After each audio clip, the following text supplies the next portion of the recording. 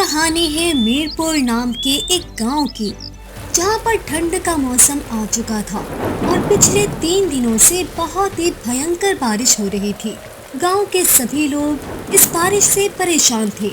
वहीं इस गांव के एक घर में कमाल नाम का एक आदमी अपने छोटे भाई करीम को कहता है, करीम, अब बस हुआ। जब तक माँ जीवित थी तो मैंने तुझे इस घर में रहने दिया, परंतु अब तुझे अपनी पत्नी और बेटे को लेकर इस घर से जाना होगा। मैं अब तेरा और तेरे परिवार का बोझ नहीं उठा सकता। ये आप क्या कह रहे हैं भैया? ये घर मेरा भी है। आप मुझे इस घर से जाने का क्यों बोल रहे हैं? मैं भला इस घर को छोड़कर क्यों जाऊंगा? अपनी बकवास बंद कर करीम। माँ ने अपने मृत्यु से पहले ही ये घर और खेत मेरे नाम कर दिया था। अब तुझे इस घर से जाना होगा, वरना मैं स्वयं तुझे धक्के देके यहाँ से निकालूंगा। क्या माँ मेरे साथ इतना बड़ा अन्याय कैसे कर सकती हैं? मैं भी तो उनका बेटा था, तो ये घर और खेत उन्होंने केवल आपके नाम क्यों कर दिए? अब मैं इतनी ठंड में अपने परिवार को लेकर कहाँ जाऊंगा? मैंने कोई धर्मशाला नहीं खोल रखा जो तुम सबको अपने घर में रखूं। निकल जाओ यहाँ से, वरना धक्के देकर घर से निकालूंगा। कमाल अपने छोटे भाई की कोई बात नहीं सुनता और उसके पूरे परिवार को धक्के देकर घर से निकाल देता है। बाहर जोरों की बरसात हो रही थी। करीम का 4 साल का बेटा अमन कांपते हुए बोला, माँ, मुझे बहुत सर्दी लग रही है। माँ, ये बारिश कब तक रुकेगी? मेरे शरीर में भी बहुत दर्द है। मेरे बच्चे, धीरज रख। सुनिए जी, हमें अमन को तुरंत किसी सुरक्षित जगह पर लेकर जाना होगा। देखिए ना, इसका बुखार बहुत ही तेज हो गया है। सिद्रा, इस बारिश में कोई भी हमें अपने घर नहीं रहने देगा। भैया ने पूरे गांव में ये बात फैला रखी है कि अमन को एक हानिकारक बीमारी है, जिसके कारण सभी गांव वाले डर गए हैं कि अगर उन्होंने हमें अपने घर रहने दिया तो ये बीमारी उनके शरीर में भी फैल जाएगी। आप एक बार सरपंच जी से बात कर लें, क्या पता उनको हमारे ऊपर दया आ जाए। अब हम इतनी सर्दी में अमन को लेकर कहाँ जाएंगे? तुम ठीक कहती हो। चलो, वो हम सरपंच जी से मदद मांगते हैं। इतना कहकर वो सभी सरपंच के घर की ओर चल पड़ते हैं। फिर जो ही करीम दरवाजे पर दस्तक देता है। अरे, इतनी तेज बरसात में भी चैन से सोने नहीं देते। कौन आ गया है इतनी ठंड में बाहर? सरपंच जी, मेरे बड़े भैया ने मुझे घर से निकाल दिया है। हमारे पास रहने के लिए कोई छत नहीं है। आप कृपया करके आज रात मुझे और मेरे परिवार को अपने घर में जगह दे दें। मेरा बेटा अमन बहुत बीमार है। मैं विनती करता हूँ, हमारी मदद कर दे। अरे जाओ जाओ, मैं तुम लोगों की कोई मदद नहीं कर सकता। मैंने सुना है तुम्हारे बेटे को बहुत हानिकारक बीमारी है। अगर मेरे परिवार को भी ये बीमारी लग गई तो मैं क्या करूँगा? इसलिए मुझे क्षमा करो। सरपंच इतना कहते ही करीम के मुंह पर दरवाजा बंद कर देता है। अब्बा, मेरे शरीर में अब बिल्कुल भी जान नहीं बची है। मैं अब और नहीं चल सकता। आप मुझे गोद में उठा लो। बस मेरे बेटे, बस थोड़ी देर और हिम्मत कर ले। मैं जल्दी ही तेरे लिए किसी गर्म जगह की व्यवस्था करता हूँ। सुनिए जी, हमें पीछे वाले जंगल से गुजरकर जाना चाहिए। देखिए ना, सामने तो इतना ढेर सारा पानी खड़ा है, हम वहाँ से नहीं जा पाएंगे। तुम ठीक कह रही हो सिद्रा। चलो जंगल की ओर चलते हैं। वो रास्ता कठिन तो बहुत होगा, परंतु हम इस ठंडे पानी से बच जाएंगे। इतना कहकर करीम अपनी पत्नी और अमन को लेकर जंगल की ओर चल पड़ता है। जल्द ही उसको एक बहुत बड़ी गुफा दिखाई देती है। वो देखो सिद्रा, सामने कितनी विशाल गुफा है। हम इस गुफा में चलते हैं। अब्बा, ये गुफा कितनी बड़ी है? यहाँ पर तो बारिश का पानी भी नहीं आ रहा। हाँ बेटा, मैंने आज से पहले इस जंगल में ये गुफा कभी नहीं देखी। लगता है ये अल्लाह का चमत्कार है। अब तो यहाँ आराम से बैठ जा। सुनिए जी, वो सामने देखिए, उस गुफा में एक खुफिया दरवाजा भी है। माँ, देखो, वो दरवाजा खुला हुआ है। मैं अंदर जाकर देखता हूँ कि वहाँ क्या है। मुझे ऐसा लग रहा है जैसे किसी ने मेरा नाम लिया हो। नहीं बेटा, वहाँ मत जा। पता नहीं दरवाजे के उस पार क्या छिपा है।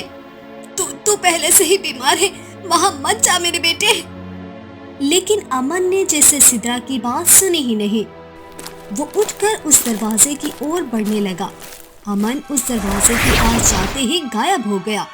करीम और उसकी पत्नी के तो होश ही उड़ गए। सुनिए जी, आपने देखा अमन हमारे सामने गायब हो गया। उस तूफान में हमारा बेटा कहाँ चला गया? आप देखिए ना, ये कैसा दरवाजा है आखिर, देखिए ना जी। मैं भी नहीं जानता, परंतु मुझे इतना पता है कि कोई तो ऐसी ताकत है जिसने अमन को अपनी ओर खींच लिया था। पर जो भी हो, मैं उसे ऐसे नहीं छोड़ सकता। पर आप अकेले अंदर कैसे जाएंगे? कहीं कोई जानवर, खाई या कुछ और हुआ तो? जो भी होगा उसका सामना मैं ही करूंगा। मेरा छोटा सा बेटा मेरे सामने गायब हो जाए और मैं खड़ा देखता रहूं, ऐसा नहीं हो सकता। तुम यहीं पर बैठी रहो। नहीं जी, मैं भी आपके साथ आऊंगी। इस कठिन समय में मैं आपको अकेला नहीं छोड़ सकती। इसके बाद करीम और उसकी पत्नी ने एक दूसरे का हाथ पकड़ा और उस गुफा के अंदर खुफिया दरवाजे को जैसे ही छुआ तो वो तुरंत एक जादुई दुनिया में आ गए। वहाँ पर आते ही जैसे चमत्कार हो गया। यहाँ बिल्कुल भी सर्दी नहीं थी। करीम को सामने ही एक बहुत सुंदर हवेली दिखाई दी, जिसके बाहर ढेर सारे सैनिक खड़े थे। ये तो चमत्कार हो गया सिद्रा। इस गुफा के अंदर तो एक दूसरी दुनिया है। पता नहीं मेरा बेटा कहाँ होगा।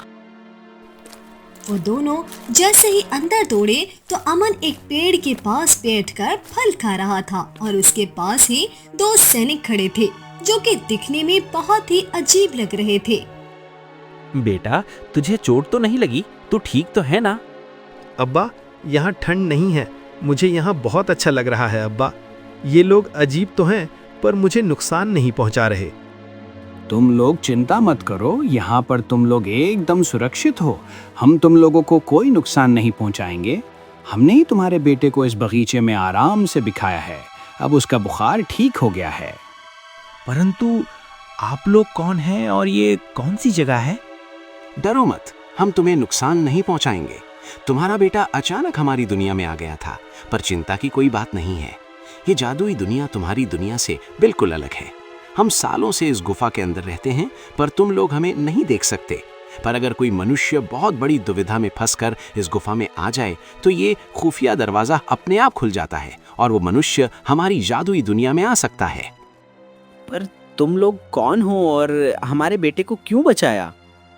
उन दोनों सैनिकों ने एक दूसरे को देखा। फिर कुछ समय बाद इनमें से एक सैनिक बोला, हमारे सरदार को एक जहरीले सांप ने काट लिया है, जिसके कारण अब उनकी हालत बहुत खराब है। शाही वैद्य ने कहा है कि उनका इलाज किसी भी दवा से नहीं होगा। हमें एक लाल चमकता हुआ फूल चाहिए जो केवल तुम्हारी दुनिया में ही मिल सकता है। कौन सा फूल? तुम किस फूल की बात कर रहे हो? मैंने तो कभी ऐसा फूल नहीं देखा। ये लाल चमकता हुआ फूल तूफानी बरसात में ही खिलता है और जैसे ही बारिश खत्म होगी तो वो जादुई फूल गायब हो जाएगा। इस फूल से बनी दवा से ही हमारे सरदार का इलाज हो सकता है। तो आप हमसे क्या चाहते हैं? हम तो गरीब लोग हैं और इस तूफानी बरसात से बचकर ही इस गुफा में आए थे। मैं तुम्हारे ऊपर कोई जोर नहीं लगा रहा, परंतु अगर तुम अभी जाकर अपनी दुनिया से वो फूल लेकर आ गए तो हमारे सरदार की जान बच सकती है। हम अच्छे से जानते हैं कि तुम्हारे बेटे को एक भयानक बीमारी है। अगर उसका इलाज ना हुआ तो उसकी मृत्यु भी हो सकती है। तो अगर तुम हमारे सरदार की जान बचाने में हमारी मदद करोगे तो उसके बदले में हम अमन का इलाज करेंगे और वो एकदम स्वस्थ हो जाएगा। अगर वो जादुई लाल फूल लाने से मेरा बेटा ठीक हो सकता है तो मैं 100 बार ले आऊंगा। लेकिन बाहर तूफान बहुत तेज है, हर तरफ कीचड़ जमा है, जिसके कारण इस पानी में चलना बहुत ही कठिन हो सकता है। करीम ने जब ये कहा तो वो सैनिक तुरंत हाथ में कुछ ले आया। तुम ये कपड़े पहन लो, इनको पहनकर तुम बरसात के पानी में भीगने से बच जाओगे। अब्बा, मैं माँ के साथ यहाँ पर ही हूँ। आप तुरंत वो जादुई फूल लेकर लौट आना। ठीक है मेरे लाल, मैं तुरंत वो फूल लेकर तेरे पास लौट आऊंगा। तेरे लिए तो जान भी दे सकता हूँ। ये फूल क्या चीज है? सावधान रहना करीम, वो फूल उस बरसात में ही तुझे मिल सकता है। एक बार बरसात रुक गई तो वो फूल गायब हो जाएगा। तुम्हारे पास समय कम बचा है। ठीक है, मैं निकलता हूँ। अमन, सिद्रा, तुम लोग चिंता मत करना, मैं बस वो फूल लेकर लौट आऊंगा। याद रखना करीम, वो फूल खेतों में उगता है और उसका रंग लाल होगा, उससे रोशनी निकल रही होगी। ठीक है, मैं कोशिश करूंगा कि बरसात रुकने से पहले ही वो फूल लेकर वापस आ जाऊं। करीम वो कपड़े पहनकर गुफा से निकला और खेतों की ओर बढ़ने लगा। वो खेत उसके बड़े भैया के थे जो उसने छल करके अपने नाम करवा लिए थे। कुछ दूर चलने के बाद उसको एक लाल चमकता हुआ फूल दिखाई दिया। अरे वाह, यही जादुई फूल है जिसके लिए मैं यहाँ आया था। अब ये तोड़कर तुरंत वापस जाना होगा। जैसे ही करीम वो फूल तोड़ता है तो उसको अपने पीछे कमाल की आवाज सुनाई देती है। करीम, तू अब तक यहाँ क्या कर रहा है और मेरे खेतों में तू क्या करने आया है? अच्छा, अब समझा, तू यहाँ से मेरी फसल चोरी करने आया है। चल बता मुझे, ये हाथ में क्या है तेरे? भैया, मैं आपकी फसल चोरी करने नहीं आया, मैं तो केवल ये फूल लेकर जा रहा हूँ। मेरे बेटे अमन की जान खतरे में है, उसको बचाने जा रहा हूँ। तूने क्या मुझे मूर्ख समझ रखा है? मुझे अच्छे से पता है तू कोई कीमती खजाना चोरी करके जा रहा है। ला इधर दे ये फूल, मैं भी तो देखूं। करीम ने वो फूल अपने कपड़ों में छिपा लिया था। नहीं भैया, ये फूल मैं आपको नहीं दे सकता। और आप किस खजाने की बात कर रहे हैं? सब कुछ तो आप मुझसे छीन चुके हैं। माँ और पिताजी का घर तो आपने मुझसे छीन ही लिया है। अब मुझे ये फूल ले जाने से नहीं रोक सकते। कमाल ने वो फूल छीनने के लिए हाथ बढ़ाया तो करीम ने उसका हाथ झटक दिया। आपको शर्म नहीं आती भैया? मैं एक बाप हूँ, मेरे बेटे की जान खतरे में है और आप मुझे रोक रहे हैं। अब तो मैं तेरे से ये फूल लेकर ही जाऊंगा, रुक जा। करीम वहाँ से गुफा की ओर भागने लगा। उसके पीछे ही कमाल भी आ रहा था। जैसे ही करीम उस खुफिया दरवाजे के पास आया तो वो खुल गया। करीम उसमें घुस गया। अल्लाह, तेरा बहुत बहुत धन्यवाद जो आज मैं ये फूल समय पर ले आया, वरना बहुत बड़ा अनर्थ हो जाता, मेरे बेटे की मृत्यु हो जाती। करीम की पत्नी सिद्रा और अमन दौड़ते हुए उसके पास आ गए। पिताजी, आप आ गए? आपको चोट तो नहीं आई ना पिताजी? नहीं मेरे बेटे, मैं एकदम ठीक हूँ और वो जादुई फूल भी ले आया। ये देखो। अल्लाह का बहुत बहुत धन्यवाद जो तुम सही सलामत वापस आ गए। क्या वो जादुई फूल तुम्हें मिल गया? हाँ, ये लो, अब मेरी बेटी को बचा लो। उस सैनिक ने वो लाल फूल हाथ में लिया। उसकी आंखें चमक उठी। हमारे सरदार भी बच जाएंगे और तुम्हारा बेटा भी। तुमने बहुत पुण्य का काम किया है। आपने अपनी जान खतरे में डाल दी। ये फूल लाकर आपने हमारे अमन का जीवन बचा लिया जी। अब ऊपर वाला चाहे तो सब कुछ ठीक हो जाएगा। ये वही जादुई लाल फूल है। तुमने समय पर ये फूल ढूंढ लिया। अगर बरसात रुक जाती तो ये फूल गायब हो जाता। अब तुम इस फूल का क्या करोगे? मेरा बेटा कब ठीक होगा? पहले हमारे सरदार का इलाज होगा, फिर उसके बाद हम तुम्हारे बेटे का इलाज करेंगे। ठीक है, जो तुम्हें सही लगे वो करो, बस मेरा बेटा स्वस्थ हो जाना चाहिए।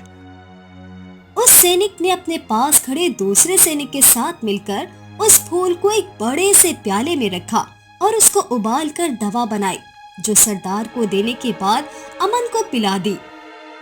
पिताजी, मेरे शरीर का दर्द गायब हो गया है। अब मुझे बिल्कुल भी बुखार नहीं है। यही तो मैं सुनना चाहता था बेटे, तुम ठीक हो जाओगे। मैंने कहा था ना। हे अल्लाह, ये योजना वाकई काम कर गई है। आपका बहुत बहुत धन्यवाद अल्लाह। ये पिताजी, मैं पहली बार सुकून महसूस कर रहा हूँ। अभी थोड़ी ही देर गुजरी थी जब अचानक से उस खुफिया दरवाजे से कुछ आवाज आने लगी। ये किसी बाहर वाले के आने का इशारा है।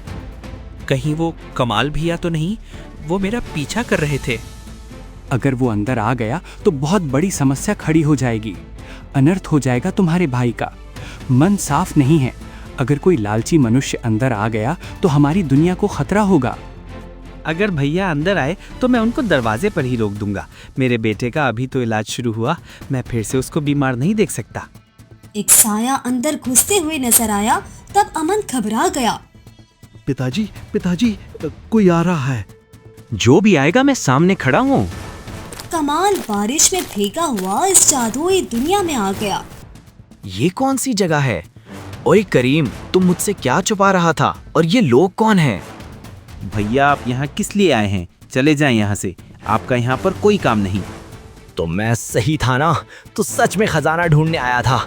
ये लोग, ये सोने चांदी से बनी हवेली, मुझे तो यकीन ही नहीं आ रहा। बाबा मुझे डर लग रहा है। भैया मैं यहाँ खजाना लेने नहीं आया था, मैं अपने बेटे की जान बचाने आया था। अपनी बकवास बंद कर करीम। तूने मुझे मूर्ख समझ रखा है क्या? मुझे सब पता है तू यहाँ पर खजाने की खोज में आया है। ये कोई खजाने की जगह नहीं है भैया, ये लोग मेरे बेटे की जान बचा रहे हैं। आप अपनी लालच में सब बर्बाद कर रहे हैं। खामोश हो जाओ, ये जगह तुम्हारे जैसे लालची लोगों के लिए नहीं है। सैनिकों, मेरे साथ आओ, इस लालची मनुष्य को सबक सिखाएं। अगर ये यहाँ रहा तो हमारी ये जादुई दुनिया खतरे में पड़ सकती है। अभी तक सरदार होश में नहीं आए, हमें इसको धक्के देकर इस दुनिया से बाहर निकालना होगा। नहीं नहीं, मैं बाहर नहीं जाऊंगा, ये जगह मेरी है। अचानक एक तेज रोशनी हुई और सैनिकों ने कमाल को बाहर फेंक दिया। एक पल के बाद सब कुछ सुकून से भर गया। आप सबका बहुत बहुत धन्यवाद। मैं आप सभी का आभारी हूँ। आप लोगों के कारण ही मेरा बेटा जीवित है। तुम लोगों के मन में बिल्कुल भी लालच नहीं है। अगर तुम लोग चाहो तो हमारी इस जादुई दुनिया में रह सकते हो। क्या सच में? आपका एक बार फिर से धन्यवाद। इसके बाद करीम अपनी पत्नी सिद्रा और बेटे अमन के साथ उस जादुई दुनिया में खुशी खुशी जीवन बिताने लगे।